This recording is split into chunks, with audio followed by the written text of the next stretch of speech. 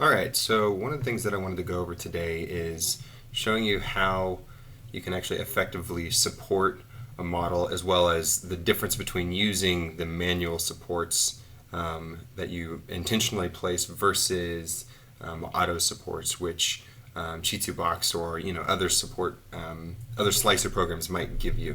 So what I've got is this a base for the gargantuan scaled Tarrasque. This is currently I'm printing this one on my Phenom, which is a massive printer. And so in order to kind of save myself some time, because this thing takes around 30 hours to print, I want to get a couple of these printing at once. And so what I can't have is I can't have only one of these at a time. I need at least two to really make this worth it. But I also need to be really intentional about how my supports are set up, because if you're not supporting these really well, especially with with a model of this size, it can rip completely off the plate because of just sheer size alone. I'll also walk through kind of doing a smaller miniature. Like this, a guy like this size on the Anycubic Photon, so I'll walk through one of those as well. This one I'm going to include it with the base. Typically, I would recommend against doing that, but just because it can be helpful to know how to do that as well. So to start with, what I'm going to show you is what it looks like if I use auto supports, and I'm going to show you exactly why it is so unnecessary and why I recommend against doing auto supports. So what I'm going to do is I'm actually going to use these ultralight settings that I got from 3D Printing Pro. Greg is absolutely amazing.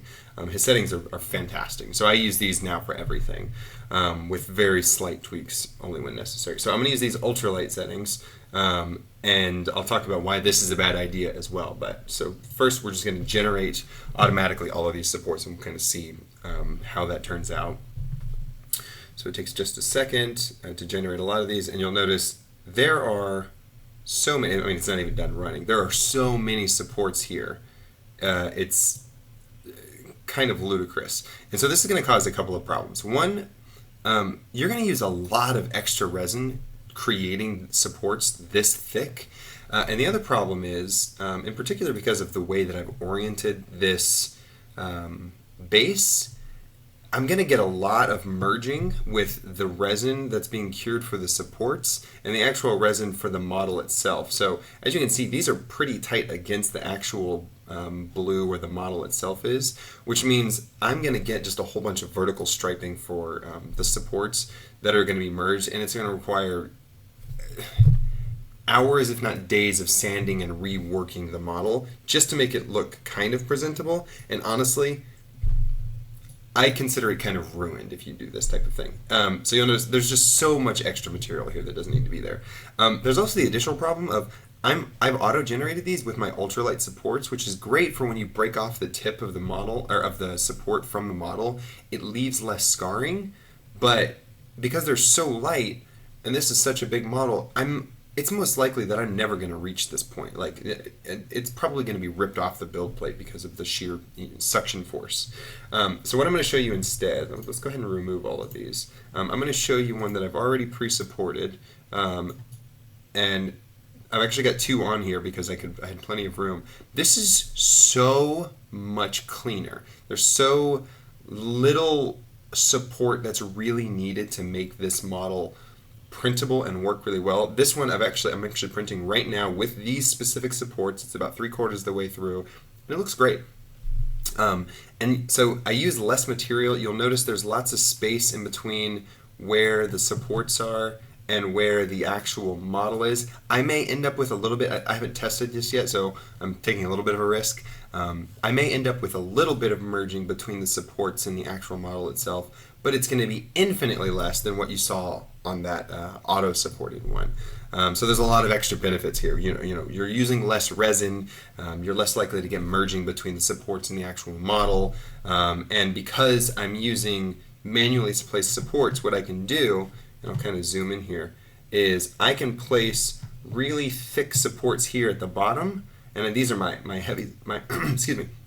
These are my heavy setting supports, which have really, really strong anchors top and bottom. And then on more delicate parts where I need less scarification from the supports, I can use these ultralights, which end up looking really nice.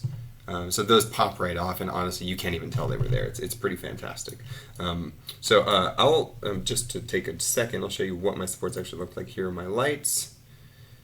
Here's top, here's middle, here's bottom, here's the raft. So you can pause on any of those that you need.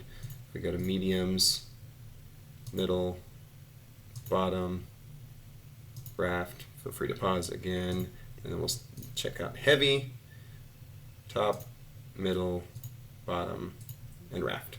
So I never use auto supports anymore. It's just not worth the hassle afterwards of having to do this. So what I'm going to do is show you now how to actually support these. So I'm going to take this exact same model. I'm pretty sure it's the exact same orientation. Yeah, I haven't changed the orientation at all. I like having kind of these nicer detailed spots like on this brickwork, which will look great. I mean, I realize it's underneath the model, but I want to keep that stuff facing up in the same way that I would do with a miniature like this. I want to have the nice details of the face and the model itself facing upwards. So what we're going to do is we're going to, I've got the model selected. I'm going to click on the supports button over here, and we're going to start with heavies, because the most important thing is that you want to make sure that the model is not going to get ripped off the base plate. And so if we're looking at it with resin printing, this is going to be printed upside down. So here where we got the base plate, all of this is going to be printed first, and it's going to work its way up. Actually, I can kind of show you. So we'll be printing down here first, and then we'll work our way up. And then by the time we're done, this whole thing will be upside down, and this will be facing downwards. So we'll just get a lot of good detail out of that. So here's how we do this. So we're going to take this, and I like to make sure I get a good orientation. So I'll click on the top first, and then I'll kind of flip this upside down. Try to get it about as vertical as I can. And what we're looking at is these are kind of hot spots for islands on the model that aren't supported. And so what we're trying to do here is make sure that everywhere where there's, and you can kind of see there's a lot of complexity with this, and I'll tell you about some of the kinks of ChituBox as we're kind of doing this. But what we're trying to do is make sure that all of these heavy areas with like a lot of red are supported, and you'll notice this little black line. That's going to be our helper to find the lowest hanging island. So there's a couple of techniques that we'll use to make sure that we've got all of our islands supported, and that we're going to get the best quality out of this. So always start at the lowest point of the model. So I'm going to undo my own nice centering there, but obviously that's going to be down here. We're going to start there, and we're going to work our way up, looking at big complex spots, making sure everything's supported, and then we're going to come back and we're going to use this little guy over here to look layer by layer and try to find any extra low-hanging spots. So what I've got right now is my heavies, and I always start with my heavy, find the lowest hanging point by using this black circle. This is going to tell you where there are islands, and it's going to kind of circle around them. You'll notice it sort of adds a circle here, and eventually it'll just become one solid spot, and that's like the lowest point of that part of the model. So I've got one here, and then what I like to do is I'll add a couple along the edge here, and at this point I'm not too worried about placement. I've got my lowest point supported, and maybe I'll even throw in a couple of these just because it's a bigger model. And then what I start to do is I just go, okay, I want to make sure this has plenty of support, and I'm just going to add a bunch of these little supports here. You'll notice that it's once I get a little taller on the model, it'll start to add these little crossbar supports. There's no particular setting that's causing that. So if we keep going, let's get this situated. I'm going to do this up both sides, and I'm trying to get it a little more towards the middle. I mean, it's not perfect, but just because it's going to make it easier on me later to kind of sand down some of these spots. Because these heavy supports will leave little scars on here, and you want to make it as easy as possible to cure some of that. So if we take a look at it now, I've got some good supports going here already. Let's get a couple more. At this point, this isn't super necessary to go up this high, but I like to give it a little bit extra. I'm saving so much by doing this manually that I'm okay spending a little bit extra, time and resin actually just supporting it this way.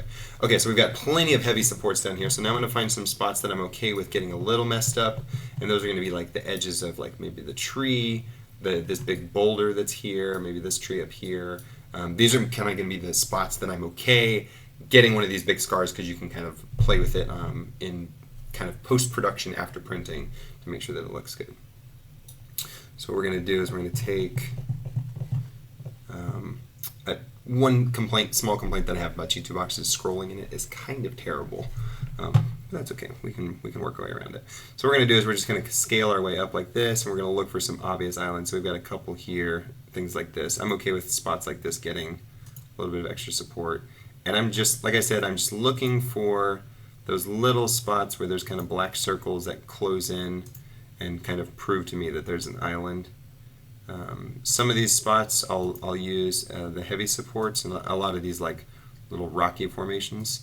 Because this is lower on the model, I want to make sure there's really strong supports, because the suction force generated by the model being pulled out of the vat and against the FEP film generates a lot of suction, so I want to make sure that there's strong supports here on the top of the model. So I'll just keep going through, finding some good spots to drop some supports. I may even just sort of look at a couple areas like this and go, yeah, it may not precisely need it, but I may as well throw something on there just to make sure it's got it. So I've got a lot of good supports going here. Let's go ahead and throw one there. And as you can see, like I'm not even really shifting my camera perspective too much to do this. It's all just look at the bottom, look for those bright red spots, and see where those little circles converge, and that's going to be kind of your easiest marker. I'll probably do a couple on these guys.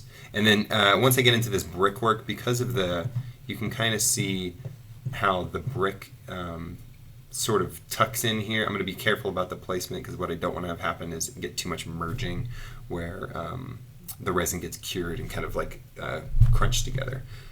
So let me go ahead and reset my orientation so I can get a nice, perfect vertical perspective. Okay, so I'm just going to keep kind of messing with these, getting some good supports here.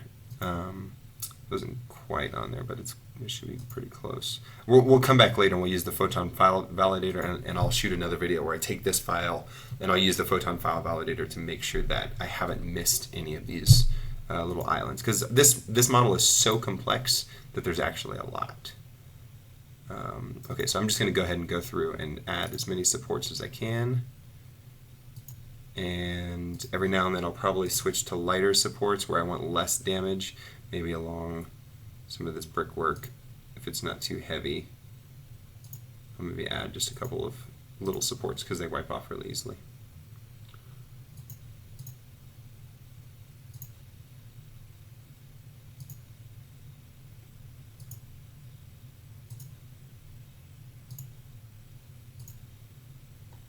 So one of the things that will happen occasionally is you'll get these supported back on the model itself things. I try to avoid these when possible, but sometimes it happens, and if I'm using my light supports, I don't mind so much. It's not too shabby. As long as you're careful with how you place those, you won't end up with too much damage on your model. It's well within the range of reason that you can edit it and clean it up afterwards.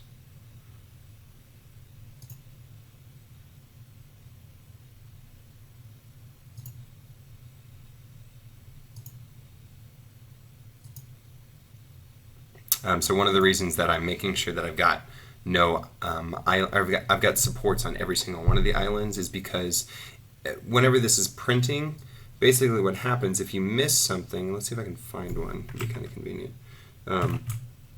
If you miss a location where there should be supports, this stuff should be fine because it's all supported by the rest of the model. If you miss something, what happens is that gets cured on the bottom of your vat, and then as your build plate gets lifted up, there's nothing else supporting it, so it just sits there. And then everything kind of goes back down and it cures some more, and it cures some more, and it cures some more, which you'll end up with is holes or breakages in your model where you really didn't want them. And so what we're trying to do is making sure that all of those little pieces have it. And I'm going to come back later, and even little spots like this where I see, there are small little islands like this. I can't have that because that can result in torn FEP. And on my Phenom, that is a pain in the butt to come back later and have to fix my vat and get new FEP set up. So even little things like this, we're going to come through and we're going to make sure we have all of these little supports done.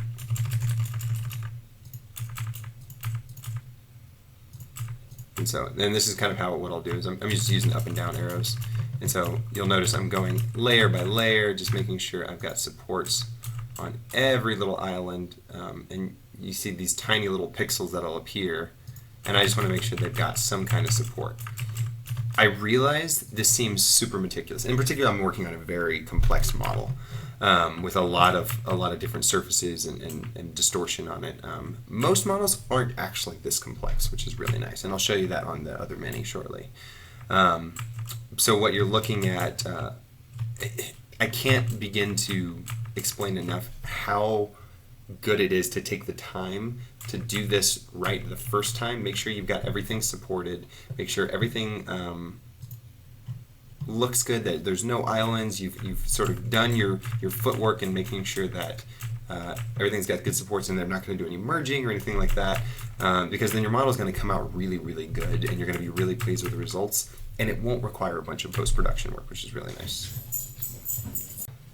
Since I've already supported these ones, and these ones are actually currently printing, we'll get to see afterwards how the supports did, if they actually worked. So I'll have some pictures that I'll get to post into the lesson shortly. So for now, what I'm going to do is I'm going to show you how I would support this model from Hero Forge, which one of my players sent me and asked me to print for them. So what we're going to do is, this is going to be printed on any cubic photon. If you look at my settings, I'm using the Soraya Tech Fast resin.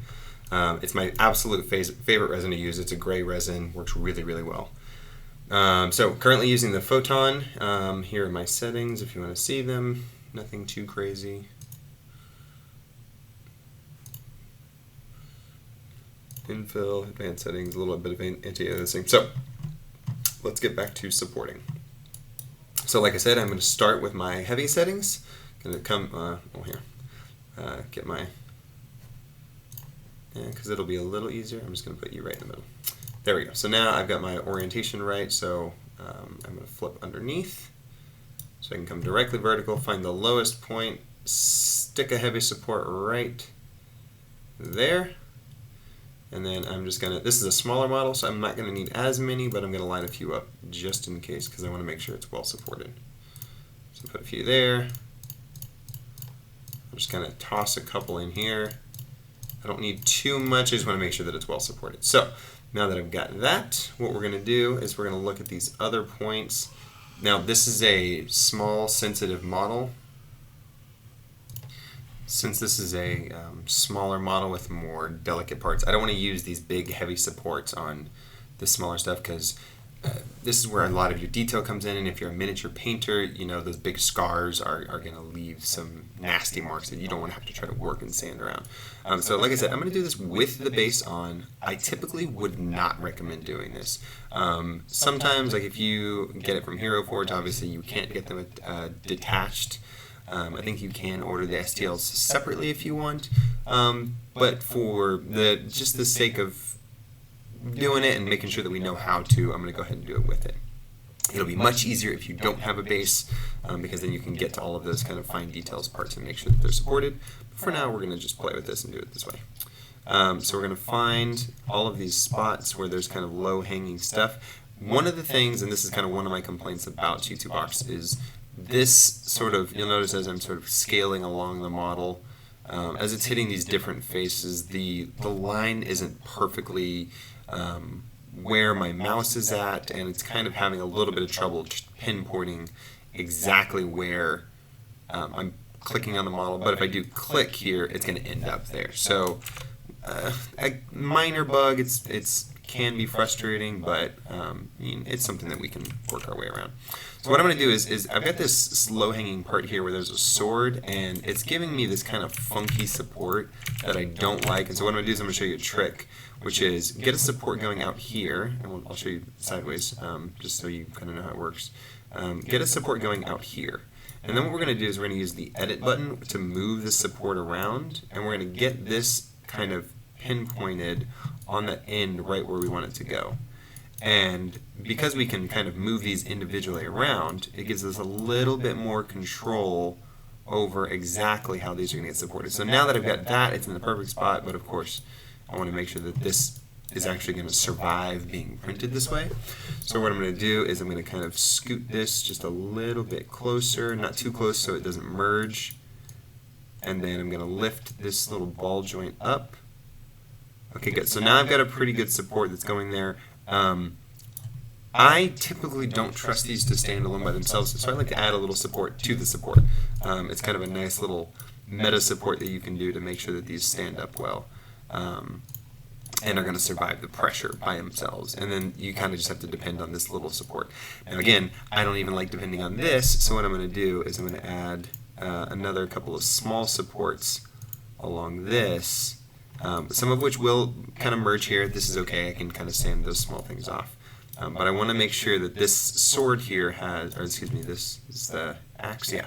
So I want to make sure that the tip of this axe has plenty of support, because this is going to be one of your most common failure points and it's going to cause problems.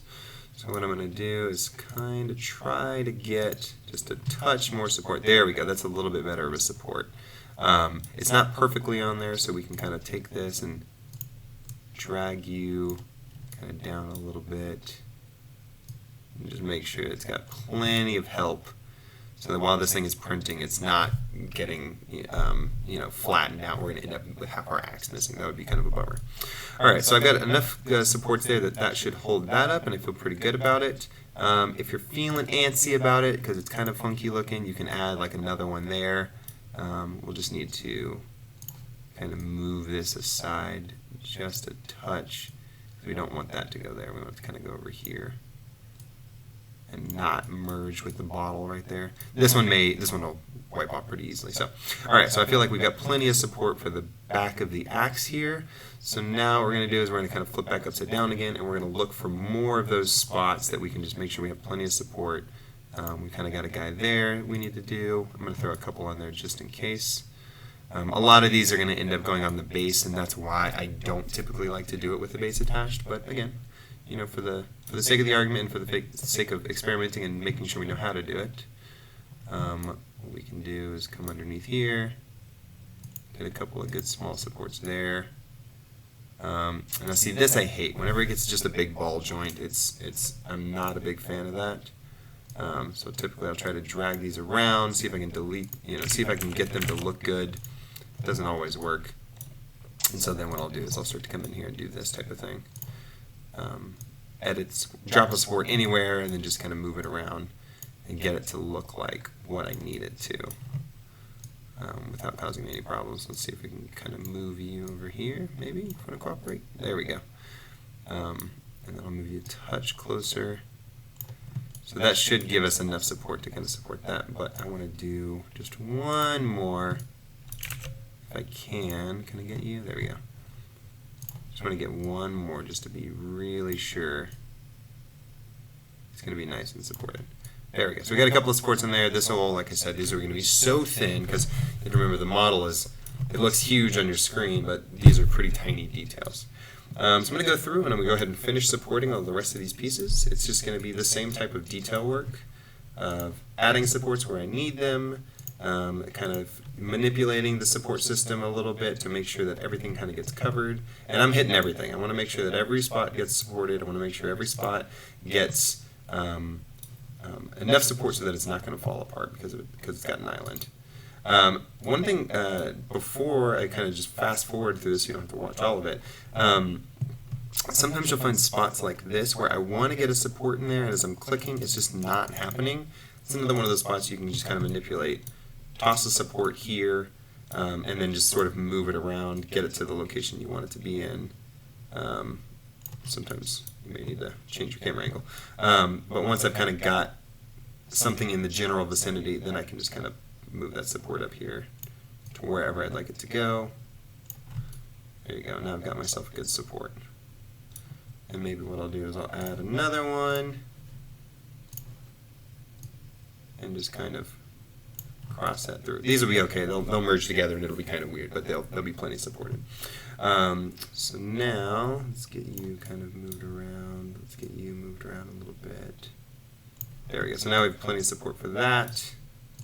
Yeah, so now I'm just going to go through and I'm going to go ahead and support the rest of this, and then we can fire them up in the printer. That's basically all you need to do to support. Just making sure you've got everything well supported. You've got heavy supports where you need them. If it's going to be a heavier piece of the model, something that's going to be more important on a smaller mini like this. It's not as important to have big heavy supports, but I may even throw like a couple of extra light supports here just to make sure that it's okay.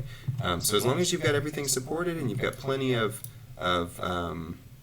weight behind those supports where it's needed, then you should pretty much be good to go. So we'll just kind of work our way through all these areas, make sure everything's supported, and then we'll fire up the printer. So that's pretty much all you need to know about supports. It's once you're doing them manually, it's just that easy. All right, so I think that might just be about done. Let's go ahead and do our little test to see how it looks.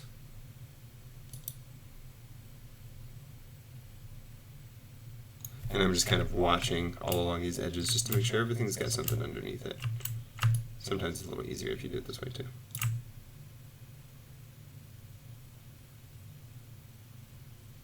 Yeah, all of these have like a nice bunch of resin behind them to support, which is really nice. Let's make sure that spot looks good. Yeah, so we're missing one right there, and that's the type of stuff we want to avoid at all costs, just because it can cause damage to the FEP. So we'll edit you, we'll make sure that you're well supported. And that's pretty much it. So that's how you do supports. So if you guys have any questions, of course, feel free to ask me, and I'll add some more commentary. Or excuse me, I'll create some more videos and answer any questions that you got. And I'm thinking that we are pretty much good to go here. I'm not seeing any other spots. Wait, we might have one. No, that one's good. Ah, there it is. There it is. Yeah, we got one more little island right there. So next up I'll show you guys how to use the photon file validator to make this even easier to spot these things. I'm getting pretty good at tracking these things down, so it gets a little bit easier over time. All right, thanks guys.